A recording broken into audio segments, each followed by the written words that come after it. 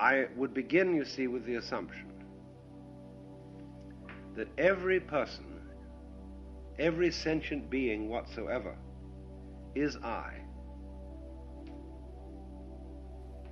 I is simply the universe aware of itself at a particular place and time. That's what the word I means. William James once said the word I is a noun of position, like this or here. And so the feeling that we call I is how everything feels on the inside. But it is always in a particular place at a particular time. And these particular places and particular times, they keep going on and on and on and on and on. Myriads of them, all over. Not only on this globe, but probably in worlds scattered throughout the whole cosmos. The I feeling arises. And you feel that you are I just as much as I feel that I am I.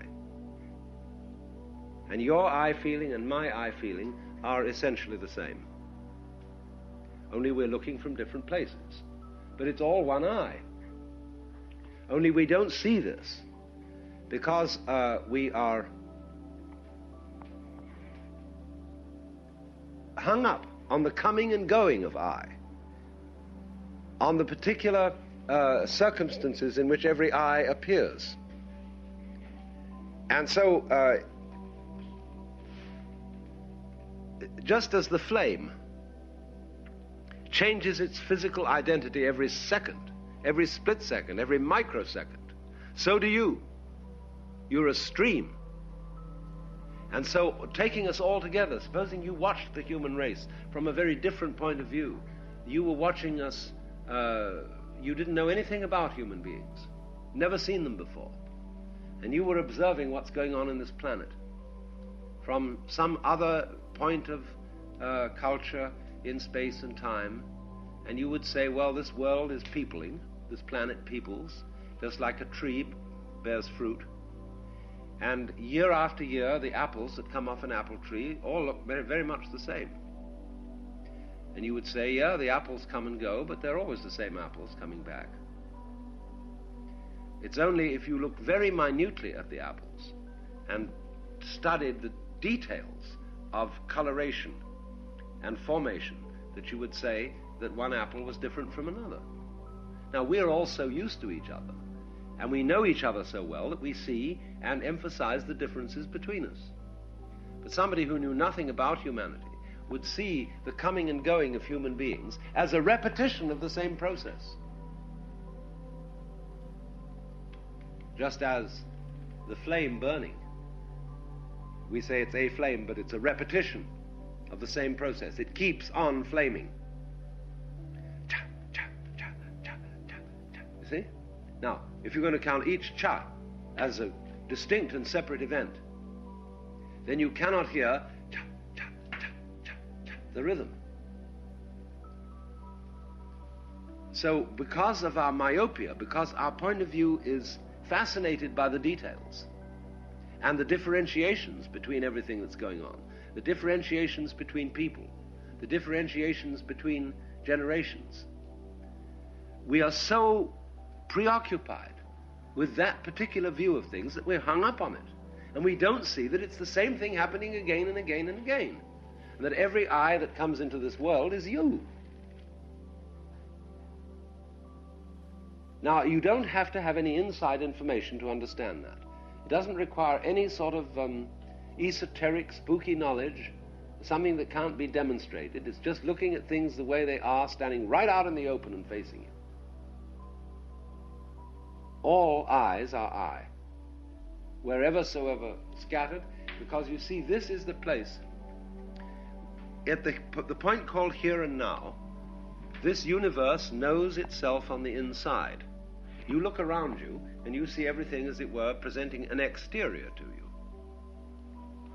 Supposing I want to delve into another person, how am I going to do that?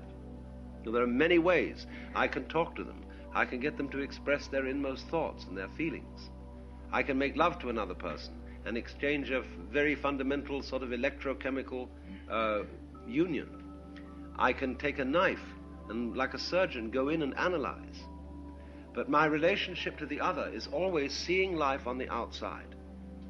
However much I get down to the tiniest cells that constitute your nervous system, I'm still looking at that cell from the outside. If I go down into the molecules, I go down into the atoms, I'm still regarding them from the outside. The only point at which I know the thing on the inside is where I am.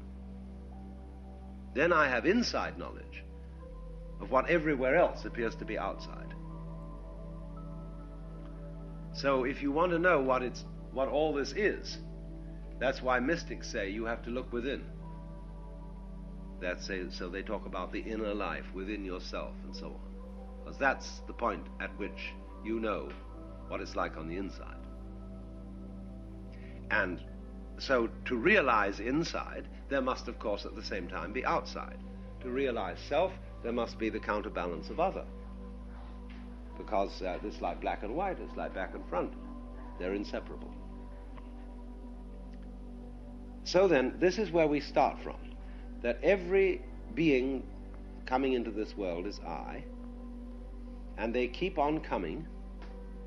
Doesn't matter how long the intervals are between their appearances. Supposing this planet were completely wiped out by a cobalt bomb explosion, that would be the end of this race, in just the same way as, say, a group of insects will eat their food supply up on a plant, and the whole population will perish. Happens again and again. And so, in all probability, throughout this galaxy and throughout other galaxies, there are human or comparable populations that arise and go, just as we do individually. So don't get too worried about the thought that this whole human system on this planet may go away and disappear, because if you get too worried about it, it's going to happen faster than if you don't worry about it.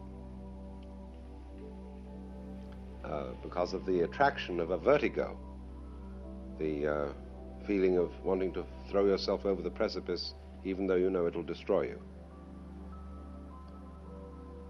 But it seems perfectly reasonable to suppose, in other words, that there is a constant rhythm of what we call consciousness, being awake to life, going on and on, just as stars go on and on. If the stars are going on all over the place, if galaxies are going on all over the place, it's equally reasonable to suppose that life is going on all over the place.